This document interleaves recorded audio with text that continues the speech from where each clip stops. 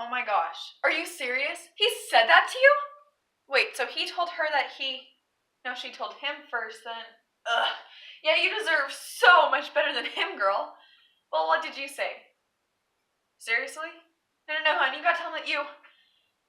Oh. Sorry, did you need something? Now, don't worry. I won't be giving my whole speech like that. For one, this isn't a real phone, in case you haven't noticed. And two, I'm not that obsessed with my phone, unlike a lot of people in our world. We've only had smartphones and phones alike for about 10 years, and already they've completely taken over. Think about it. The last time you went, well, anywhere, really, you probably saw 90%, I dare say 100% of people get on their phones at least once.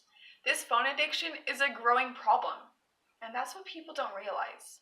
Phones are mentally destroying, they're distracting from our everyday lives, and they're taking away precious time from the people right in front of us. We have all been scrolling through Instagram when we see, oh my gosh, the perfect picture. We've seen the girl with her makeup, on fleek, the exactly symmetrical eyeliner, the long, precisely curled lashes, that highlight though. You know, the girl that can wear whatever she wants and has no worries of showing off her stretch marks or fat twirls because clearly she's never seen her weight past 110 in her life. And the guy with his arm around her, dang boy. The olive skin, the perfectly styled hair, the toned biceps, the chiseled jawline, not an ounce of fat to be seen anywhere.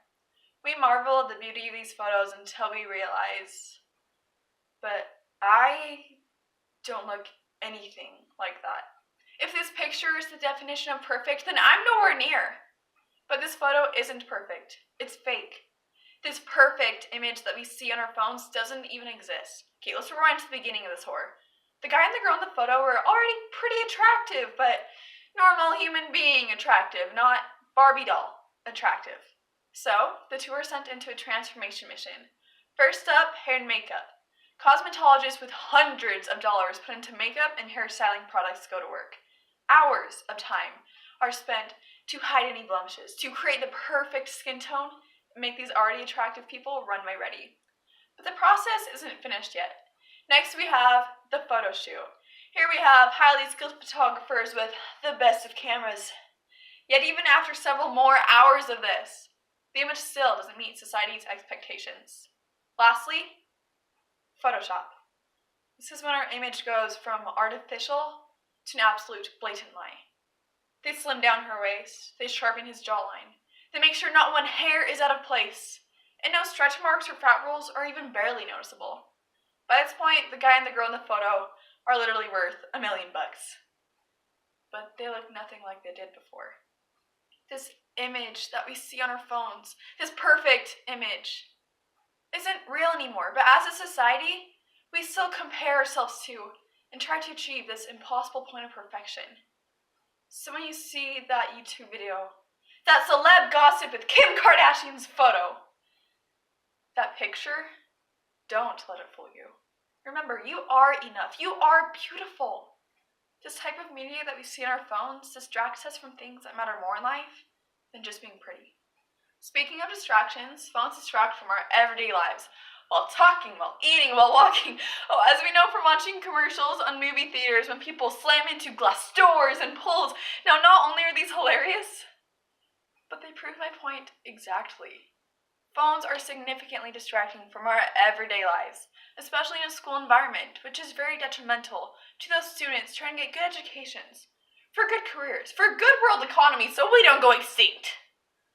A study done by Deborah Tyndall and Robert Bolander showed that 75% of 269 students said that they have been distracted by ringing cell phone during class.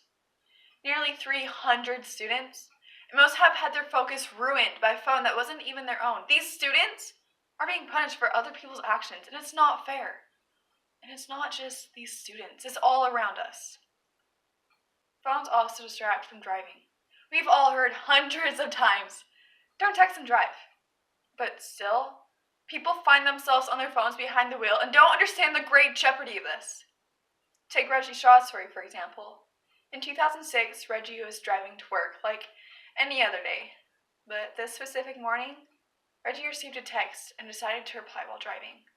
He thought he could do it, that he was capable of texting and driving, that he was more skilled than others. But Reggie was wrong. While on his phone, Reggie drifted into the other lane of traffic where he hit the side of an oncoming car. The car sent spinning into a truck where the truck only continued to drive for a couple more seconds. But it's already too late.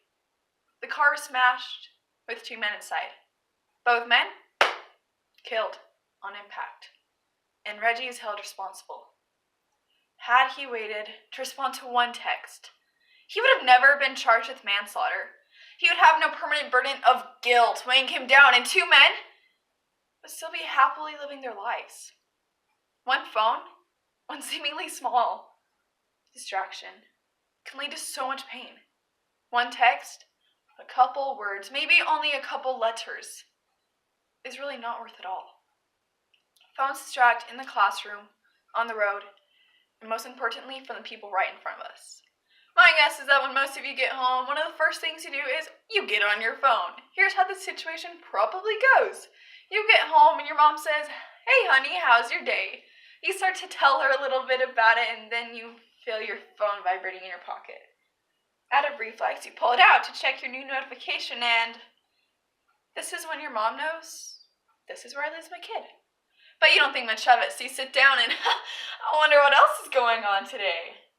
Before you know it, checking that one tweet turns into a full-on cyber argument with some user you've never even met because, of course, you just had to defend Harry Styles even though he went in a different direction. Or watching that one 30-second YouTube video turns into watching all of the suggested videos that have popped up. Apparently during this time, your whole family came home. Your mom made dinner. Dad's home from work. All your siblings are back. All you're thinking is, this is great.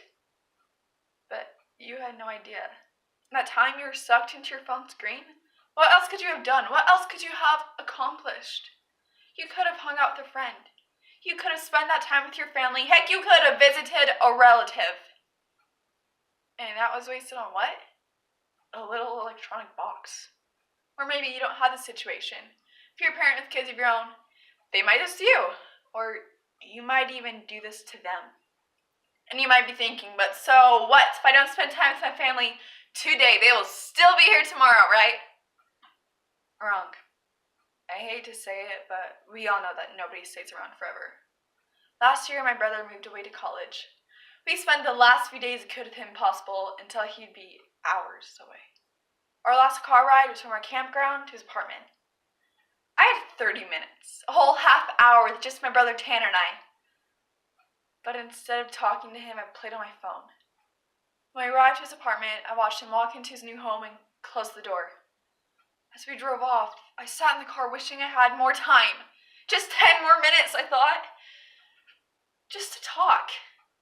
But I did have more time. I did have my 10 minutes. In fact, I had triple the time.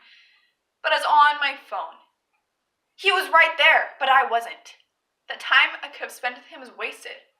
Wasted on a small electronic box. These distractions, these phones, they're taking over our lives, mentally, in the classroom, on the road, even for the people right in front of us.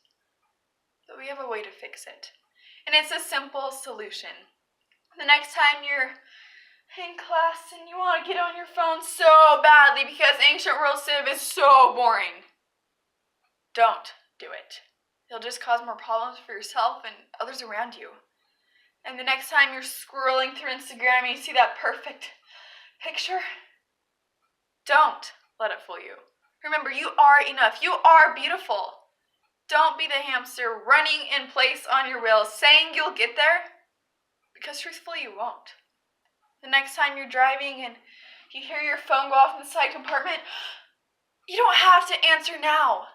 That text, that notification will still be there for you when you're done driving. If you really must answer now, pull over. It's that simple to keep yourself and others around you safe. Even if you're not driving, stay off of your phone in the car. You're probably driving with a friend or a family member, so don't treat them like they're just your chauffeur. They're your loved one. Your phone will always be there. You'll have plenty of more chances to change your status from it's complicated to it's really complicated. You'll have more opportunities to binge watch Vines or check out the new album that everybody is talking about. But your friends, your family, they won't always be around. People move on. They get married, they go to college, they move away, and we all know that nobody is immortal.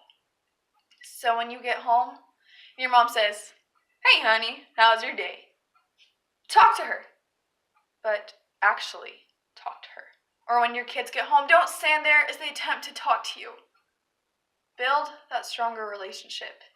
Get those 10 minutes you'll beg for later, now. Then don't stop there.